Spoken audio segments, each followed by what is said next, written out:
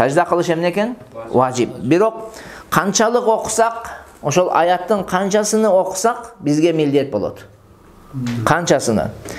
Аламдарыбыздын ортосунда түрдүү пикирлер келген. Кээ бир аламдардын көз карашы боюнча, эгерде сажда сөзүнү, сажда деген сөз бар го, ошол аятта сажда деген сөз бар да. Ошону жана андан мурун же андан кийин бир сөз окусаң, тилават саждасы милдет болот дейт. Сажда деген сөздү андан мурунку, эгер андан кийин сөз же андан кийинкини кошуп окусаң эмне болот экен? Милдет болот. Сажда сөз, сажда деген сөзгө бир сөз кошуп окусаң, кыскасы астынанбы, артынанбы, мойнуңузга эмне болот дейт? Милдет болот. Ал эми эгер сажда деген сөздү өзүнү гана окуй турган болсоң, милдет болбойт дейт. Түшүндүңүзбү? Ушул пикирди Аламгерияда сахих деп айтып келет да, туура дейт.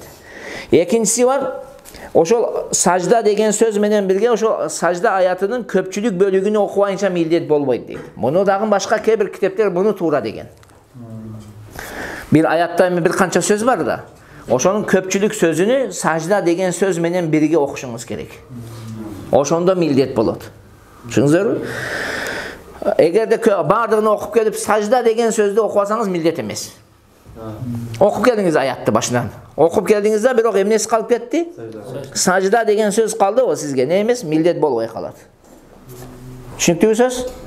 Бардыгын окуп, мисалга Икраны окуп келдиң, анан акыркы аятты таштап койдуң. Же болсун акыркы аятты таштап койдуң дейли. Болду, сажда не болбойт сизге? Милдет. Албетте макрух деген немелер бар, ал өзүнчө маселе. Бирок сажда милдет болуш үчүн сиз ошол сажда деген сөздү андан мурунку же андан кийинки сөздөргө кошуп эмне кылышыңыз керек? Окушуңуз керек. Ошондо гана милдет болот дейт. Мафумбу? Кыскасы, дагы бир эрежени жакшы эске алгыла. Бул эрежелер бар го, түнүкүн керек эреже. Негизинде ушул жаңылуу саждасы милдет болуу үчүн ошол уккан адам же окуган адам намаз милдет боло турган адамдардан болуш керек. Кандай адам болуш керек экен? Намаз милдет болгон адамдардан болуш керек. Же учурда аткаруусу милдет болот анын мойнуга, же казасын аткаруу милдет болгон адамдардан болуш керек. Андыктан хайз болгон аял, нифас болгон аял, капыр, балагатка жете элек балдар милдет болобу экен? Болбойт. Булар окуса не болбойт? Милдет болбойт. Өздөрүнө айтабыз. Өздөрүнө милдет болбойт. Себеби хайз болгон аялга намаз милдетпи? Учурда окуса да милдет эмес, казасы да не эмес? Милдет эмес. Нифас болгон аял дагы ошондой. Капыр дагы ошондой. Жаш бала дагы ошондой. Туурабы? Намаз милдет эмес дагы. Ошондуктан бул кишилер эгер Кур'ан окуй турган болсо, сажда аятын окуса, жаңылуу тилават саждасы мойнуңузга эмне болбойт?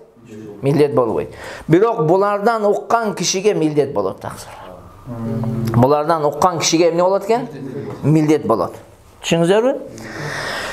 Ушул жерде көп суроолор болуп кетет. Куштан укса деген сурооз бар. Куштан уксаңызчы, жана папугай деп коет. Папугайдан уксаңыз не экен? Милдет болбойт. Ошондой эле немеден уксаңыз дагы, атына жаңырык. Эхо дейт го, эхо болобу не дейт? Жаңырык аркылуу мына жерде бирөө катуу окуп жатса, жаңырып, мисалга айланып, экинчи этажга чыкса, жаңырык аркылуу келсе, жана тоолордо болот го, таштан ташка, зоодон зоого тийип кетет. Ошондо дагы не болбойт? Милдет болбойт. Ошон үчүн аалымдарыбыз мына ушул нерселерге салыштырмалуу, азыркы учурда биз кассеталарды угабыз, роликтерди. Ошондон уксаң, тилават саждасы милдет болбойт дешет. Түшүнүңүздөрбү? Мына ушуларга салыштырмалуу. Түз эфирден уксаң милдет болот, бирок через мындай жазылган бар го, сакталып калганын уксаңыз милдет болбойт деген пикир бар. Түшүнүңүздөрбү? Мына ушул маселелерге салыштырмалуу маселе.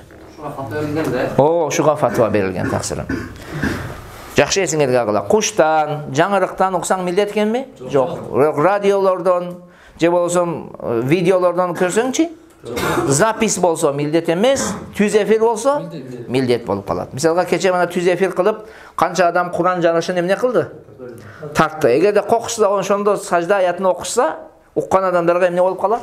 Милдет болуп калат. Дагы бир айта турган нерсе бул жерде.